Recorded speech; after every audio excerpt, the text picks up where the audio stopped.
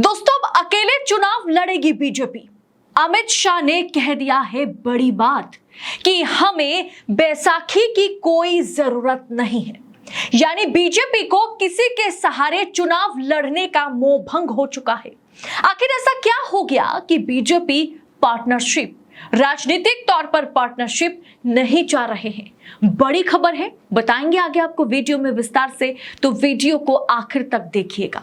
नमस्कार, स्वागत है आप सभी का देश नीति पर। जो पार्टी बैसाखियों के दम पर, बैसाखियों के सहारे केंद्र में सत्ता बनाई हो, वो कह रही है कि अब वो अकेले चुनाव लड़ेगी। अकेले बैसाखी उन्हें नहीं चाहिए, हमें बैसाखी की जरूरत नहीं है।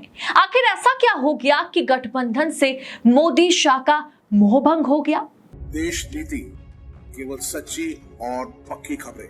क्या टीडीपी वाले ज्यादा परेशान कर रहे हैं, ज्यादा सता रहे हैं क्या? हरियाणा चुनाव का बिगुल दोस्तों बज चुका है। 3 महीने में हरियाणा में विधानसभा का चुनाव है और भारतीय जनता पार्टी हरियाणा में पूरी तरीके से बिखरती चली जा रही है।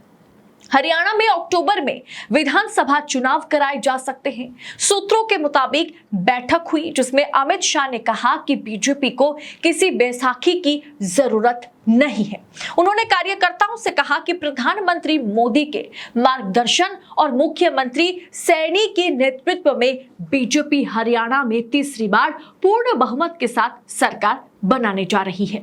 वो तो लोकसभा चुनाव में 3 दफा वोटिंग होने के बाद, तीसरे चरण के मतदान खत्म होने के बाद ही अमित शाह ने कह दिया था कि हम 370 सीटें जीत चुके हैं और 7 दफा के बाद भी नतीजे आए और बीजेपी 240 पर सिमट गई। इसीलिए अमित शाह की जीत का मतलब है हार। ये इसलिए भी क्योंकि हरियाणा की राजनीति में लोकसभा चुनाव के बाद भूचाल आ गया है। हरियाणा में इस साल विधानसभा चुनाव होने जा रहे हैं। उससे पहले हरियाणा सरकार के सामने एक नहीं कई मुसीबत जो है पैदा होती चली जा रही है। पहले तो सरपंचों की नाराजगी से निपटने की चुनौती थी। 5 सरपंच जो है वो भारतीय जनता पार्टी से नाराज चल रहे थे। 5 सरपंच का नाराज चलना मतलब लाखों वोटर्स जो है वो उनके अंडर हैं, वो बुरी तरह से प्रभावित होंगे। अगर 5 सरपंच नाराज हैं मतलब लाखों वोटों का नुकसान बीजेपी को होगा। लेकिन अब पार्षद भी विरोध में उतर चुके हैं, विरोध करने की तैयारियों में जुटे हुए हैं। हरियाणा के जिला पार्षद अब सरकार के सामने अपनी मांगों को लेकर के मोर्चा खोल दिया है।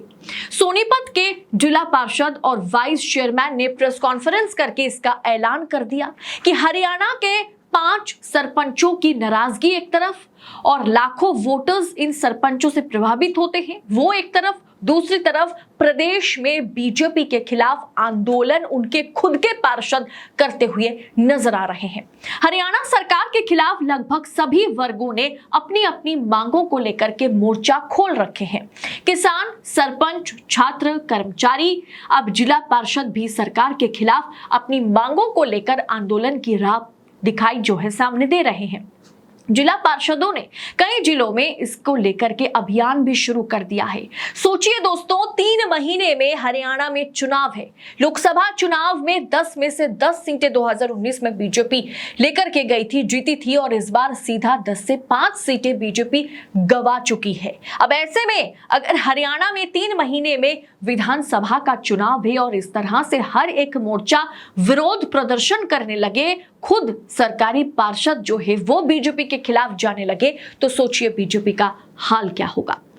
शुक्रवार को सोनीपत के पीडब्ल्यूडी रेस्ट हाउस में जिला परिषद की वाइस चेयरमैन कल्पना ने जिला पार्षदों के साथ मिलकर के एक प्रेस कॉन्फ्रेंस की और सरकार को जिला पार्षदों की मांगों को जल्द से जल्द पूरा करने का अल्टीमेटम दे दिया। यानी आज सिर्फ टीडीपी, जेडीयू, चंद्रबाबू नायडू, नीतीश कुमार या उनके बड़े बड़े मंत्री उनके सामने मुंह खोलकर खड़े नहीं हैं। आज छोटे तबके के नेता, पार्षद और कार्यकर्ता भी नरेंद्र मोदी से जवाब मांग रहे हैं, मांगों की बौछार लगा रहे हैं और उन्हें कह रहे हैं कि हमारी मांगे अगर पूरी नहीं की जाती है तो हम चुनाव में सरकार का साथ कतई नहीं देंगे। ऐसे में पंजाब जो है वहां पर भारतीय जनता पार्टी है नहीं। इसके बाद जो है अगर आप हरियाणा को देख लीजिए, पंजाब, हरियाणा, दिल्ली, यही जो पूरा लाइन है या किसानों का एक बेल्ट इसे कहा जाता है। और यहां पर अगर भारतीय जनता पार्टी हरियाणा गवा देती है, यहां से भगवा रंग अगर हट जाता है, तो पंजाब से दिल्ली का कूच करने में कभी किसी प्रदर्शन को अब कोई भी आंदोलन को, किसान अगर आंदोलन करना चाहते या किसी भी प्रदर्शन को बीजेपी सरकार कभी भी रोक नहीं पाएगी। क्योंकि अगर आप कह सकते हैं कि हरियाणा जो है वो गेटवे ऑफ दिल्ली है, इसीलिए हरियाणा में भारतीय जनता पार्टी का पकड़ होना बहुत जरूरी है। और इसीलिए इस आर्टिकल में आप देख पा रहे होंगे कि किस तरह से ये सवाल उठाए जा रहे हैं, क्या भारतीय जनता पार्टी लोकसभा चुनाव हरियाणा में हारने के बाद क्या विधानसभा का चुनाव भी हारने जा रही है। जनसत्ता की ये रिपोर्ट जो है कई तरीके से महत्वपूर्ण है। जिला पार्षदों ने सरकार को 4 दिन का समय दिया है, उसके बाद जिला पार्षद सरकार के खिलाफ मोर्चा खोलने की रणनीति बनाएंगे। जिला पार्षदों की मांग जो है वो है कि डीपीसी बनाया जाए, सरपंचों और विधायकों की तरह उनको भी ग्रांट दी जाए और उनका मानदेय जो है वो बढ़ाया जाए। सरकार नहीं मान रही है मांगे।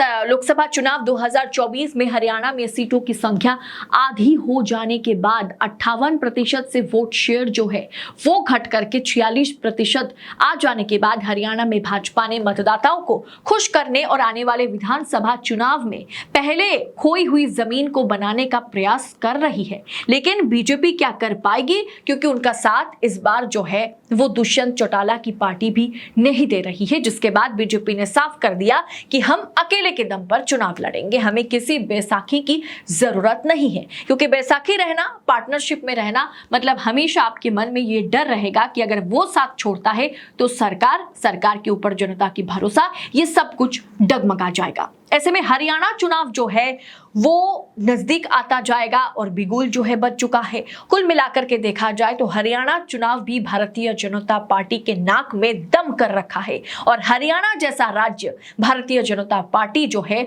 छोड़ नहीं सकती। ऐसे में हरियाणा में बीजेपी के लिए जीत हासिल करना इस बार आसान तो नहीं है। देखते हैं आगे आगे होता है क्या भारतीय जनता पार्टी को कांग्रेस यहां पर पछाड़ देगी।